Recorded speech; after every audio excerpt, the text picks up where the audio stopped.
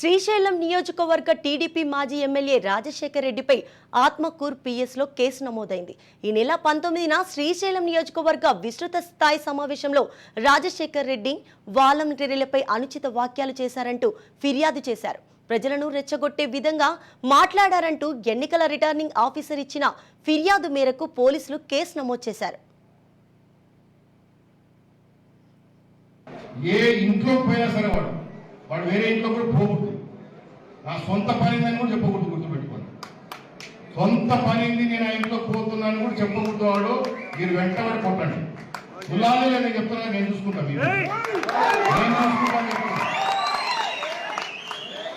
మీరు ఆ పని చేయండి. ముందు ఎవడే కానీ వాలంటీర్ వాడి ఎంతసేపు వాడి ఇంట్లో ఉండాలో, వాడి పొలంలో ఉండాలో, వాడి కథ వాడు చూసుకోవాలి.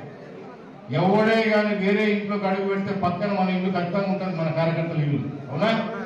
ఎట్టి పరిస్థితుల్లో వాలంటీర్ ఇంకొక ఇంట్లోకి పోకూడదు. వాడు ఏది పోయినా మీరు ఫోటోలు తీయండి, వీడియో తీయండి. వాడేదైనా గలాట వస్తే ములాగా ఉత్తమ అట్లా చేస్తే కానీ ఇలా బుద్ధి రాదు. ప్రభుత్వ సొమ్ము తీసుకు